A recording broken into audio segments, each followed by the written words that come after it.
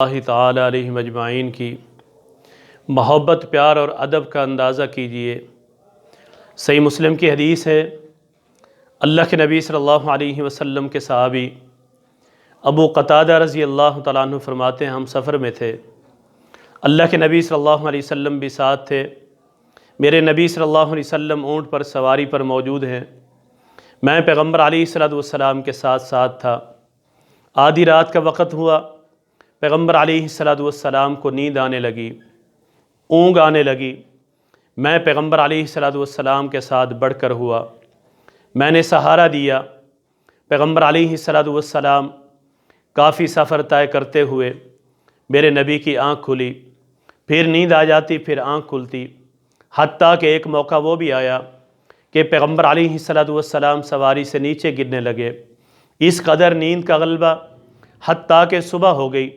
پیغمبر علیہ السلام کی جب آنکھ کھلتی ہے، میرے نبی صلی اللہ علیہ وسلم نے پوچھا، میرے ساتھ کون ہے جو نبی کی حفاظت کر رہا ہے، جس نے پیغمبر علیہ السلام کو سہارا دیا ہوا ہے؟ ابو قتادہ کہتے ہیں، اللہ کے نبی میں ابو قتادہ ہوں۔ میرے نبی صلی اللہ علیہ وسلم نے پوچھا، ابو قتادہ اللہ کے نبی صلی اللہ علیہ وسلم کے ساتھ کب سے ہو؟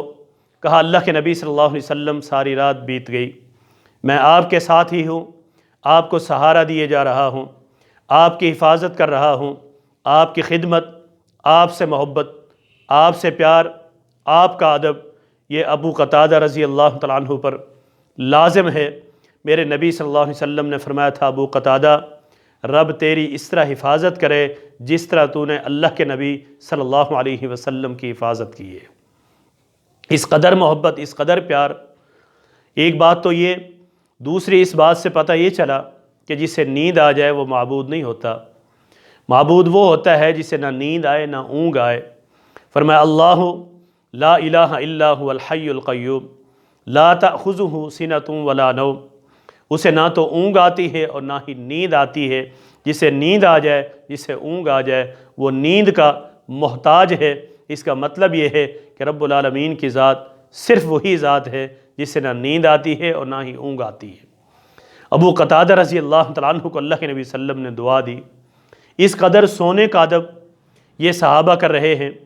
اسی طرح عبداللہ ابن عمر رضی اللہ تعالیٰ عنہ فرماتے ہیں کہ ہم ایک دن سفر میں تھے، میرے پاس میرے بابا حضرت عمر رضی اللہ تعالیٰ عنہ کا اونٹ تھا، ہم سواری پر، اللہ کے نبی صلی اللہ علیہ وسلم بھی سواری پر۔ وہ اتنا خطرناک اونٹ تھا کہ بار بار اللہ کے نبی صلی اللہ علیہ وسلم سے آگے بڑھ رہا تھا۔ فاروق اعظم رضی اللہ تعالیٰ عنہ بھی ساتھ تھے، انہوں نے آواز دی، کہا، عبداللہ کائنات کے امام محمد رسول اللہ صلی اللہ علیہ وسلم سے آگے کوئی نہ بڑھے۔ میرے نبی کے رازدان ہیں، میرے نبی کی بات کا ادب، مشورے کا ادب۔ حضرت انس رضی اللہ تعالیٰ عنہ حدیث میں آتا ہے، ایک دن اپنے گھر گئے، ان کی والدہ ام سلیم رضی اللہ تعالیٰ عنہ عظیم صحابیہ ہیں۔ پوچھا، انس کہاں تھے؟ کہا، اللہ کے نبی صلی اللہ علیہ وسلم نے کسی کام سے بھیجا تھا۔ کہا، کس کام سے بھیجا تھا؟ کہا، یہ میری اور میرے نبی کی راز کی بات ہے، لہٰذا اللہ کے نبی صلی اللہ علیہ وسلم کا راز حضرت انس فاش نہیں کر سکتے۔ وہ والدہ قربان جائیے، اس نے کہا، اے انس، یہ تو میں نے آپ سے پوچھا ہے، میرے علاوہ کوئی بھی پوچھے تو کسی کو بھی اللہ کے نبی صلی اللہ علیہ وسلم کی بات نہ بتانا۔ یہ وہ عظیم صحابی ہیں، جب پیغمبر علیہ السلام سو رہے ہوتے، صحیح مسلم کی حدیث ہے، نبی علیہ السلام کے پسینے کو اپنی شیشی میں جمع کر رہی ہوتی۔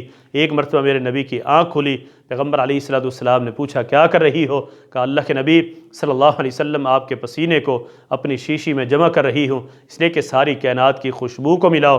پیغمبر علیہ السلام کے پسینے کے ایک قطرے کا مقابلہ نہیں ہے۔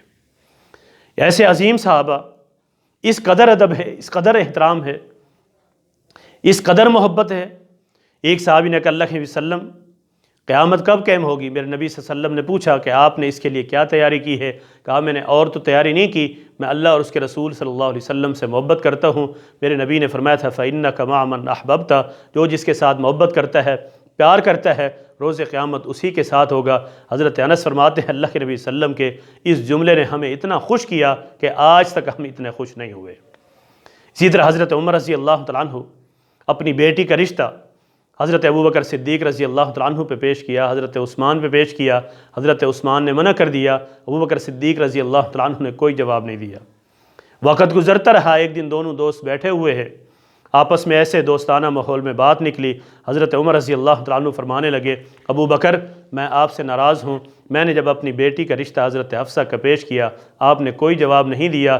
ابو بکر صدیق رضی اللہ تعالیٰ عنہ فرمانے لگے، عمر آپ کو معلوم ہے کہ میں کائنات کے امام محمد رسول اللہ صلی اللہ علیہ وسلم کا رازدان ہوں۔ اللہ کے نبی صلی اللہ علیہ وسلم میرے سامنے حضرت حفصہ رضی اللہ تعالیٰ عنہ سے نکاح کا ارادہ ظاہر کر چکے تھے، اور اسی وجہ سے ابو بکر صدیق رضی اللہ تعالیٰ عنہ نے آپ کو کوئی جواب نہیں دیا۔ اس قدر ادب، اس قدر احترام۔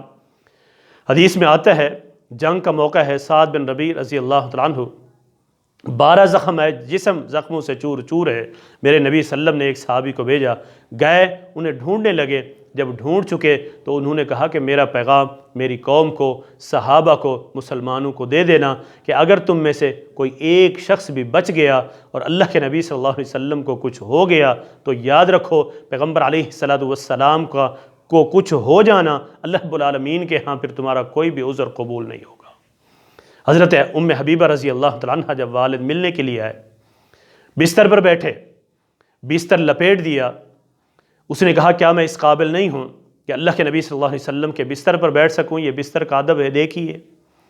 فرمانے لگی کہ انت مشرک نجس، آپ مشرک ہیں، آپ پلید ہیں، آپ ابھی تک کلمہ پڑھ کے مسلمان نہیں ہوئے، میں اس بات کو پسند نہیں کرتی کہ پاک باز پیغمبر صلی اللہ علیہ وسلم کے بستر پر آپ قدم بھی رکھیں۔ اس قدر محبت۔ زیاد بن سکن میرے نبی کے صحابی ہیں، جنگ کا میدان ہے، نبی علیہ السلام آواز دیتے کہ آج پیغمبر علیہ السلام کا دفاع کون کرے گا، میرے نبی کی نصرت کون کرے گا، آج جنت کون لے گا؟ حدیث میں آتا ہے 5 انصاری صحابیوں کے ساتھ آگے بڑھتے ہیں، وہ انصار صحابہ ایک ایک کر کے شہید ہو جاتے ہیں، یہ آخر میں بچتے ہیں، حتیٰ کہ انہیں بھی اتنے زخم آئے، پیغمبر علیہ السلام ان کی طرف آگے بڑھے، یہ نبی علیہ السلام کی طرف بڑھتے ہوئے آ رہے ہیں، پیغمبر علیہ السلام کے قدم مبارک ہیں، ان کے رخسار ہیں، قدموں پہ رخسار رکھے ہی تھے کہ روح پرواز کر گئی۔ میرے بھائیو، روز قیامت ان کے رخسار ہوں گے اور کائنات کے امام محمد رسول اللہ صلی اللہ علیہ وسلم کے قدم مبارک ہوں گے۔ اللہ رب العالمین اس صحابی کو، اس عظیم صحابی کو اس حال میں اٹھائے گا۔